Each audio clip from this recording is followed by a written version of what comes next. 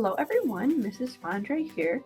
Today we're going to be talking and learning all about Vincent van Gogh.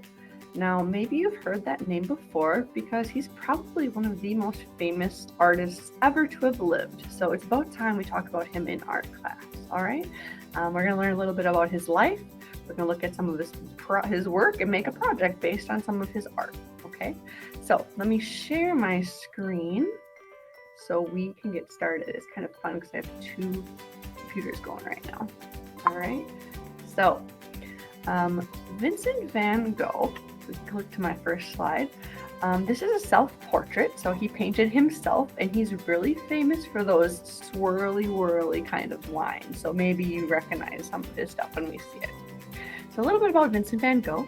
He was born in 1853, and he lived until 1890, so he was only 37 years old when he passed away. He's from the Netherlands, which is an area in Europe across the ocean from us, and in less than 10 years, he painted almost 900 paintings. That's a lot of paintings for a decade, so he went pretty fast while he was working. I think something even more interesting than all those paintings is that he also wrote almost 800 letters.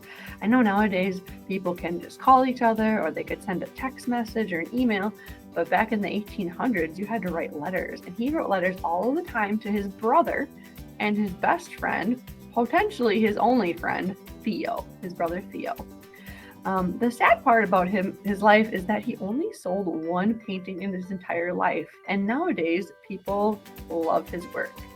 One of the reasons why he only sold one painting is that he didn't really have a good time getting along with other people. He's known for not having many friends, and he usually kind of lived and stayed on his own. And one of the most famous things he's actually well known for is that he cut off part of or his entire ear. We'll talk about that in just a little bit because I know everyone always has questions about that. But a lot of his most famous work that he did was while he was in an asylum to help hopefully get him mentally a little healthier. So he checked himself into an asylum and he did lots of paintings. And some of his most famous paintings in the world were created while he was trying to help himself. All right. And he's known as a post-impressionist artist. So what's post-impressionism? Great question. Glad you asked. If you remember last year, we talked about an artist named Claude Monet. He was really famous for painting haystacks and lily pads and had really, really fast paintings as well. So you can see I have two images here. I have Claude Monet's Impression Sunrise, which we looked at last year. And then I have a painting by Vincent van Gogh of similar things. They're scenes above water, okay? And you can see that they're similar because they use really kind of brighter colors. You can see that pop of orange in the sun for Claude Monet, and you can see those bright stars in Vincent van Gogh's. And they really slapped the paint on. They used really thick paint when they went. They didn't care if it was really delicate or easy. They just put it on the canvas. They were painting like crazy people, which is really cool to see. And they usually painted really realistic things, like they would paint landscapes, like both of these paintings are, or they would paint a vase full of flowers, or they would paint a building, so realistic things. So that's how these two styles are similar. But post-impressionism, which is what Vincent van Gogh did, post-impressionism, they're more about making things look more geometric. So that would be using straighter lines or doing really curvy things, all right, versus more realistic proportions. Like instead of having a head shape, it might be more stretched out head shape or full pulled apart face. And they did this kind of stretching and pulling of these objects to kind of make it look a little bit more expressive. So it looks a little bit more interesting and it's able to show off how it's feeling a little bit more. It's kind of when you're expressing your feelings, the whole post-impressionism was starting to express themselves more. And there's actually a style of art that we're going to hopefully talk about later in the year called expressionism, which follows this one. So paintings get even more stretched out and emotional after a while. All right. And another thing that's a little different from post-impressionism is the fact that they used unnatural or arbitrary colors, so not realistic necessarily. All right, we know that the stars in the sky are little tiny blips of white, but you can even see in Van Gogh's painting right here that they look like they're glowing and they're big and they're yellow, so they made them a little bit more not realistic. All right, because Impressionism was all about getting a natural lighting as it was in the day, but then Post-Impressionism was like, nah, let's not do it as realistic. All right, so it gets a little more creative here. All right, so let's get into Van Gogh's little mental health for you today. Okay, so back in December 23rd of 1888, that was the day that Van Gogh cut off part of his ear. We don't know for sure if it was his entire ear or part of an ear. The records kind of are conflicting on that. But during that moment, he was having a really heated argument with another artist named Paul Gauguin, which is actually another artist we talked about last year as well. So he was having a really, really rough time, really big argument. And he was actually having kind of a mental breakdown where he was not healthy in his mind. So he later, like I said, checked himself into an asylum to help hopefully get him in the right track to feeling a little healthier in the mind, thinking more positively, being better to himself, right? And he even said on the record that he didn't remember doing it. He was in such a emotional state, he didn't remember cutting part of his ear or his ear off. So he didn't even remember that. And a reason why they think Van Gogh might have done that is because he actually had a problem with his brain. They kind of did some research on all of his symptoms and things he talked about, and the doctors today think he would have been diagnosed with a temporal lobe epilepsy, which is essentially meaning in his brain he was born with a clump that was not quite right, and it affected the way he thought and the way he saw and the way he interacted with people. So he was not born with a healthy, normal functioning brain. And that's why he had a hard time making friends. And he didn't really have anyone to emotionally support him in his life. He had his best friend, his brother Theo, that would help him out a lot. But Theo lived far away and he didn't have people close by that could care about him. So I just want to take a little quick time out to say, if you ever feel like you need a team or a support person to be there for you, always know that Mrs. Fondre is there for you, because I care about you and I want you to be the best, healthiest young person you can be. All right. So if you ever need someone, I'm totally there for you. I'm sure a lot of your family is there, your friends, your teachers. You got a team. You got someone you can count on. Okay. So like I said, Van Gogh didn't really have that. And actually a few years after this ear incident, he was shot and he died of an infection. And some people think he shot himself, and some people thought he was accidentally shot while he was out painting. They never found a weapon, so we really can't confirm or deny how or what happened, but he passed away from a gunshot wound, which is kind of sad. So he lived kind of a sad life. He just wanted to paint these beautiful, colorful things in this kind of dark mind that he had. He was troubled, and he wanted to make it better through his paintings, but wasn't really appreciated during his time. And now we look back and think, wow, he made some amazing things. And here are just a few of his beautiful, beautiful paintings that he made. And a lot of these were actually made while he was in his asylum trying to work on his mental health. So you can see all of them have a lot of things in common with the short little brush strokes and the swirls, and they just are bright colors. So for someone that was pretty sad and kind of on his own all the time, he tried to capture some joy and some light in his work, which is, I think, probably was good for him to do. All right. So the one painting that I know you probably recognize, one of the world famous paintings from Van Gogh, is this beautiful one, and it's called A Starry Night. All right. It's kind of interesting that this painting is only 2 by 3 feet big, so it's maybe about this big, not super ginormous, okay? But it was actually donated to the New York Museum, so you can go see it if you go to New York. And a lot of people think that this is his most expensive painting that ever was created, that someone bought later after he passed away, but that is not actually true. I want to show you the painting that was the most expensive that was sold from Vincent van Gogh. And it is a portrait of his doctor, portrait of Dr. Gogh from 1890. And it sold in 1990 for $82.5 million. And if you do the math with how much the dollar is worth today, that's closer to $161 million and 400,000. I said that in the wrong order, but it's worth almost double that amount today, which is pretty crazy. All right. So with that being said, that's a little bit about Van Gogh and kind of his story. And hopefully we can learn a little bit about it with appreciating the things around you and finding those people in your life to be your support team. All right. And maybe the fact that making art is a good way to express yourself and to kind of keep yourself healthy mentally too. All right. So if you have questions, comments, you want to talk more about Van Gogh, please feel free to comment below or to send me an email. I'd love to chat more with you about Van Gogh. But as for now, I'm going to stop the video here and I'm going to actually talk to you about what your project is going to be. Hello, kindergartners. Mrs. Fondre here to continue and finish up our Vincent Van Gogh lesson. Here's the project we're going to be doing. We're going to draw inspiration today from Vincent Van Gogh's sunflower painting. If you can't quite remember what that looks like from our presentation, let me pull up a tab with an image in here to remind you. All right.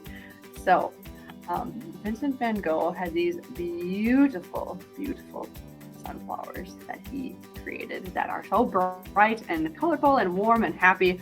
I just love how much yellow we got going on here. All right. So today we're going to just focus on doing one big sunflower, okay? Because there's a lot going on in here. So let's simplify, keep it easy peasy, and just do one big, beautiful sunflower for us at home, okay? So what you're going to need, the minimum, is going to be a piece of paper and hopefully a little bit sturdier piece of paper, because ideally we are going to watercolor with this today. But if you don't have watercolors, you can use markers as well. So you're going to need paper. You are going to need a pencil and watercolor if you have it. I have a couple of cups I'll show you in a minute, and it's actually pretty easy to make watercolor at home, so we'll get into that in a minute too if you want to listen for that. And you're going to want some crayons or oil pastels. Oil pastels are just a little thicker and they leave a really crisp line, but as long as you press down hard with a crayon, that would work too. Okay, so let's get started. First with a pencil. All right, so let me just put this down here. All right, so on our paper today, we're going to start our sunflower by doing a blobby kind of circle in the middle. All right, it should probably be almost as big as your fist. Don't trace your fist because it's going to look kind of funky then, but we want to just do a lumpy circle. It's okay if it's not perfect, because sunflowers are not perfect either. All right, from here we're going to add some petals, and we're doing this with pencil first so we know where we're going to draw. All right, so I'm going to do some petals up and up. It kind of looks like a teardrop that meets at a point. Now, these don't have to be exactly the same size. I can kind of do some curving lines out here. Maybe I do some curves here. I just wanted to kind of end with a point, okay? It's okay to leave spaces in between too. And if some of them are a little curvier, that's all right. We're just gonna do a couple petals all the way around. You see how big I'm making it? I'm going for a big flower, okay? We're not doing an itty bitty one. Going big today, friends. Big sunflower, right? And if you have some really big spaces in between, you could do the top of a flower to make it look like there's a petal behind the other petals. It's called overlapping, right? You do some overlapping here. Now, from here, it's going to be important. We're going to add a stem, because right now our sunflower is just a floating flower and it connects to a stem where it would be growing in the ground or coming out of a vase. So I'm going to draw 2 lines at the bottom that just go straight down and off my paper. Like that. And this whole part is going to eventually be green. All right. Now, with your crayons, you're going to need 4 colors. You're going to need a yellow. You're going to need an orange-ish color. I got an orange yellow right here. You're going to want a brown, and you're going to want a green. All right, and we're actually going to be outlining, which means we're going to only stay on top of our pencil line. Okay, if you just have crayon at home, you want to push down a little hard because it should be solid. Okay, there shouldn't be any little sprinklies of your paper going through. So that's what I'm gonna do for my stem, just a little bit of green there. And then the next one I think would be pretty fun to do is the big brown middle of the sunflower. Big brown one. And sunflowers have all sorts of seeds in the middle of it. So what are we gonna do? I'm gonna draw a bunch of little lines. Now, is Mrs. Fondre scribbling? No. Is she going super fast? A little bit. I'm going a little fast, but I'm making each one a little tiny dot. Okay, I'm not sitting there drawing circles because that would take a long time. I'm just doing little tiny lines, and Van Gogh painted pretty quickly, so I think this would feel the most like Van Gogh did it himself. All right, something like that. And then our next step, we're going to actually use two colors to make these petals pop some more. All right, so I'm going to start with an orange. I found a real orange. I'm going to use orange. And I'm going to go over each petal with some orange. It's helpful if I didn't break my old pastel, but here we are. So I'm going to just gently and quickly go over my pencil lines. And if you don't perfectly stay on your pencil lines, it's okay. No worries.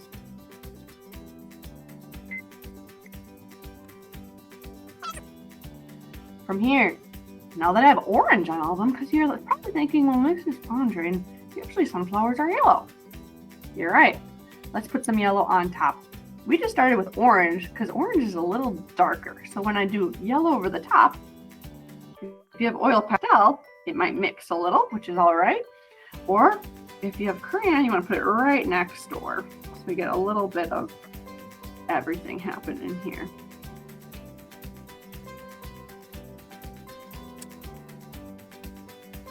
All right, it's kind of okay if your colors don't touch each other, and they kind of do. Okay, if they mix together a little bit, right?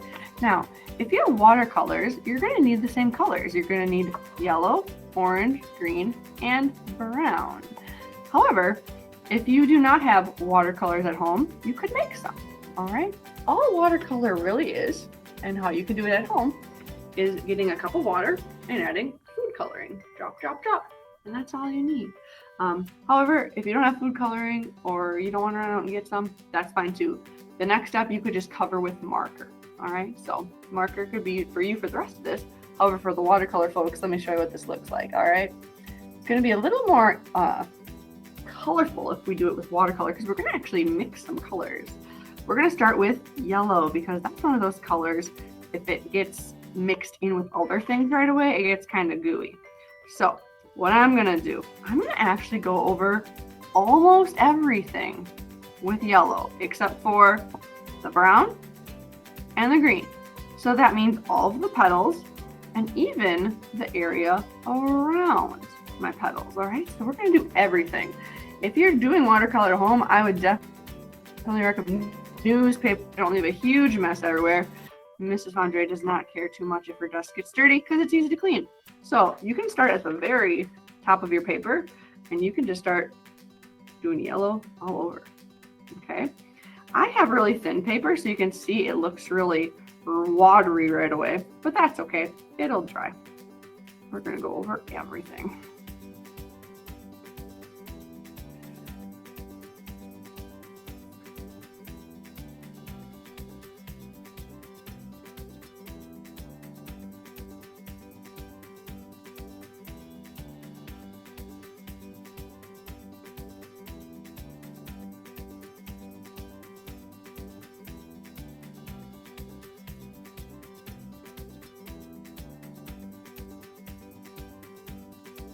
All right, from here, we're gonna get our orange.